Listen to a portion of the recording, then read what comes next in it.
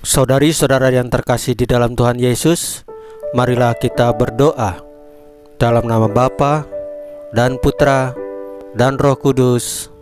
Amin. Bapa kami yang ada di sorga, dimuliakanlah namamu, datanglah kerajaan-Mu, dan jadilah kehendak-Mu di atas bumi seperti di dalam sorga. Berilah kami rezeki pada hari ini, dan ampunilah kesalahan kami, seperti kami pun mengampuni yang bersalah kepada kami.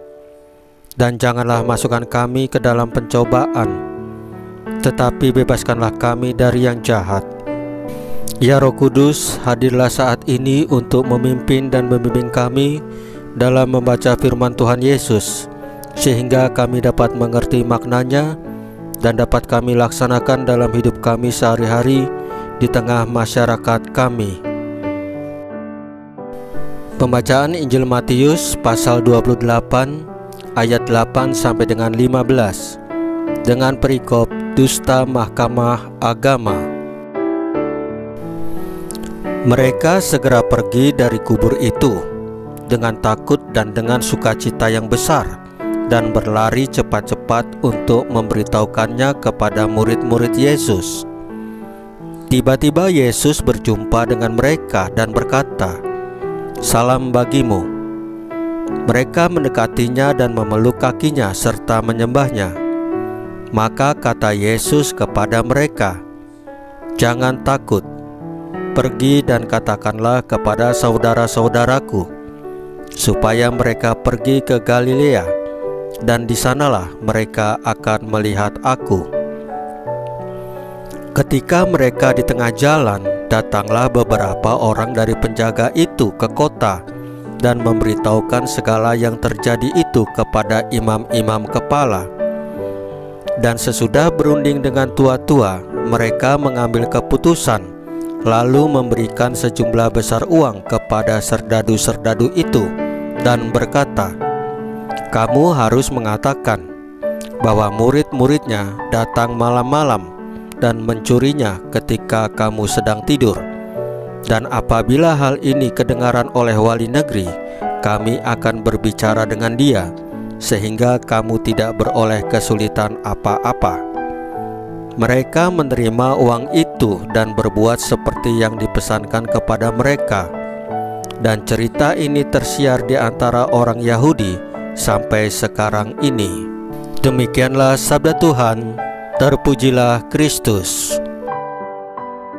Saudari-saudara yang terkasih di dalam Tuhan Yesus, bacaan Injil hari ini mengisahkan Yesus menampakkan diri kepada perempuan-perempuan yang berziarah ke makamnya. Perasaan takut tetapi penuh sukacita menyelimuti hati perempuan-perempuan itu. Setelah mengalami peristiwa itu, mereka berlari memberikan laporan kepada para rasul bahwa makam Yesus itu kosong. Pada saat yang sama, para penjaga makam Yesus memberikan laporan tentang kebangkitannya. Lalu para imam menyuruh mereka membuat cerita bahwa Yesus telah diculik untuk mendiskreditkan berita tentang kebangkitan Yesus. Di dalam hidup ini, seringkali kita menolak bahwa fakta sebenarnya hanya karena kita tidak bisa menerima bahwa yang terjadi itu tidak sesuai yang kita harapkan. Bahkan kita mulai menghadirkan sebuah kisah palsu untuk menutupi faktanya atau kebenarannya. Di sisi lain, terkadang pula kita seperti perempuan-perempuan itu yang tergesa-gesa mewartakan kasih Tuhan, sehingga pesannya tidak tertangkap baik. Mari kita memaknai kebangkitan Tuhan Yesus dengan turut bangkit dalam mewartakan kebenaran, mewartakan kasih, membangkitkan harapan. Hal itu hanya mungkin kalau kita mau menjumpai Tuhan Yesus yang bangkit dalam keheningan doa kita. Saudari-saudara yang terkasih di dalam Tuhan Yesus, marilah kita berdoa. Ya Tuhan Yesus, jagalah kami, sebab padamu kami berlindung dan bersandar tatkala kami letih dalam pensiaran hidup ini.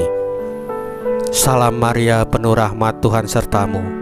Terpujilah engkau di antara wanita, dan terpujilah buah tubuhmu Yesus. Santa Maria, Bunda Allah, doakanlah kami yang berdosa ini, sekarang dan waktu kami mati. Ya Tuhan Yesus, tambahkanlah iman kami hanya kepadamu saja, karena Engkau adalah Tuhan dan Juru Selamat kami satu-satunya, tidak ada yang lain.